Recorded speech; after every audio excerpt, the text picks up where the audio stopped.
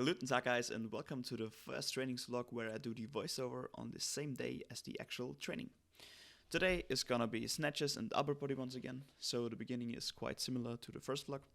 Here in the beginning I'm also wearing a pullover at the beginning because I didn't really felt warm enough after the warm-up, so I did the first sets of muscle snatches with a pullover. Now I switched to just a shirt. Now, not only is this the first day where I trained and voiceovered on the same day, it is also the first time I used this foam or whatever to put over the microphone, so maybe the sound will be better today. Let's see. The microphone I'm using at the moment is also not mine, but belongs to a friend of mine, so I just borrowed it for a week or something to test it out, basically, so I can decide if I want to buy it or buy another one, because my microphone I had before was pretty shit. I think it was like 20 euros, something like that. So certainly needs an update. So let me know if you enjoy the sound with this micro, and also let me know if it's better with the foam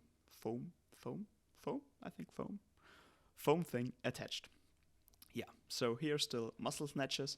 I think that's the last set, and then we get into the axle snatches. Today's snatches were 3 kilos heavier than last time. It's still the same regimen of 10 sets of 1 rep. Here you can see I did some illustration or whatever, because I'm always jumping a bit forward and to the right, and I thought I might illustrate it, but now in the voiceover I kind of messed it up, I guess, because I wasn't talking about it, but hopefully you saw it and got some value or whatever out of it. I don't know what I'm talking about. Yeah, so just snatches, still every minute on a minute. Not quite, I think these 10 sets took me like 12 minutes, something like that, but close enough to every 60 seconds. And as you can see, snatches are quite okay. From where I paused before, you could also see that I catch the snatches quite high, still in the power position, and then just write them down, make a small pause, and then stand up out of the hole. Today I also decided to film on this part of the gym, because here the light from outside, so natural light, is hitting me, and I think it makes for a bit better lighting. To be honest, I don't know why the videos have so shitty of quality, because my camera is actually not that bad. But yeah, somehow the videos look, yeah, they don't look really sharp. And here you can see the first and only snatch I missed today. Might look a bit dangerous, but it's actually fine. I just dropped the bar, it rolled a bit towards me, no problem at all. And then I made the next lift, and the next lift after that. And I think that should be the last set of snatches. So yeah, 10 sets of 1 with 68 kilos, and I missed one of the sets or one of the reps. Also in this gym, dogs are allowed, so my dog, Lobo, can just come with me. Later on, I think you will also see the gym owner's dog. So yeah, training with dogs around. I think it's really nice and fun, but certainly when you do weightlifting, you need to be careful. So if I'm doing the snatches, I always try to have my dog in front of me, so that I know where he is and that he doesn't run towards me when I might drop the bar. But to be honest, he's kind of smart, and he figured out that if I hold the bar overhead or on my shoulders, it's generally not safe to come near me. So he's a smart boy, but he's also very curious, so he likes to run around. Yeah.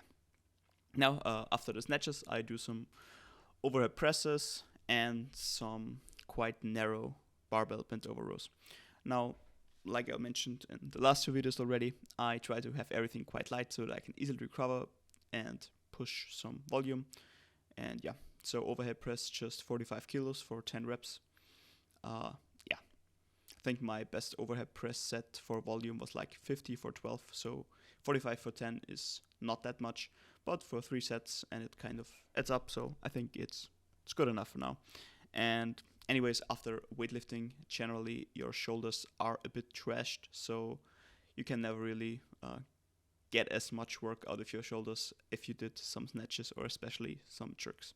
So 45, not that much, but yeah, it's work. And the rows even more so lighter, but the thing is, Bentover rows really tax your lower back, and your lower back is very important for weightlifting. But I really like rows, so I kind of had to decide what I want to do, and I decided on gripping quite narrow.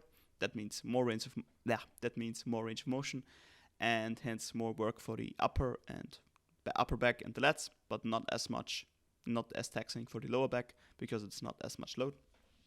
And yeah, here you see me overhead pressing with very, very sweaty armpits and a sweaty chest. Yeah, glorious to look at. In the back you can see some skiers. I don't know if any of you, or some of you most likely will, but I don't know if you know the skiers. It's kind of a CrossFit cardio thing, but it's really fun to do. It's my first time training in a CrossFit gym and my first time ever getting a chance to try one of these, and it's really fun. It's really hard cardio, I think, if you push it, but it's fun for like 1 or 2 minute bursts. Now, next exercise, or more next superset, is ring push-ups and then some chin-ups. Also my first time doing these ring push-ups, or not my first time today, but like the last few weeks leading up to it, my first time trying this out, and I really like them. It's kind of hard to stabilize, but you also kind of get a converging effect. With normal push-ups, usually your hands stay the same, but here your elbows can travel out and back to the center of your body, and yeah, really nice feel on the pecs, and also nice that you have to stabilize a bit and work your core. And yeah, just combined with regular chin-ups, both for 3 sets of 10. I know I mentioned it already in every other voiceover, but voiceovers are still kind of free to me. So I think for the first 4, I will mainly just talk about the stuff I'm doing. So this is already the 3rd, so just 1 more coming.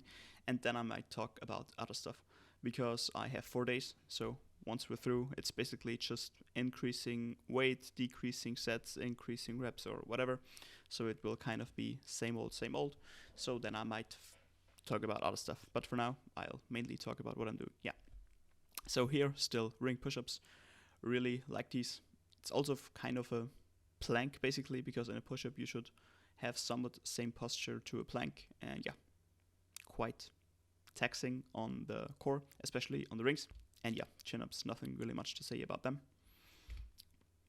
Haven't really focused on pull-ups or chin-ups in a while, but I feel like once you got somewhat good at them, 3 sets of 10 or something like that is generally possible, even in a somewhat fatigued state. But I think towards the summer, when I'm somewhat done with my weightlifting thing for now, I will push chin-ups. And here you can see my dog. He's laying on the floor, and 3 meters over, there's his blanket and his toy and his treat, and yeah, he just lays on the floor like dogs do. Now, last set of push-ups. Nothing much to say about that really. And as you can see, I'm a Neanderthal and still using earphones with actual cables and not AirPods or something like that, like all the other kids, but my phone is pretty old and pretty trash, so yeah.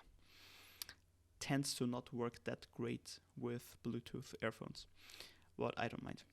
I might get a new phone in the very near future, and maybe I will also try recording on this, because my camera was not that cheap.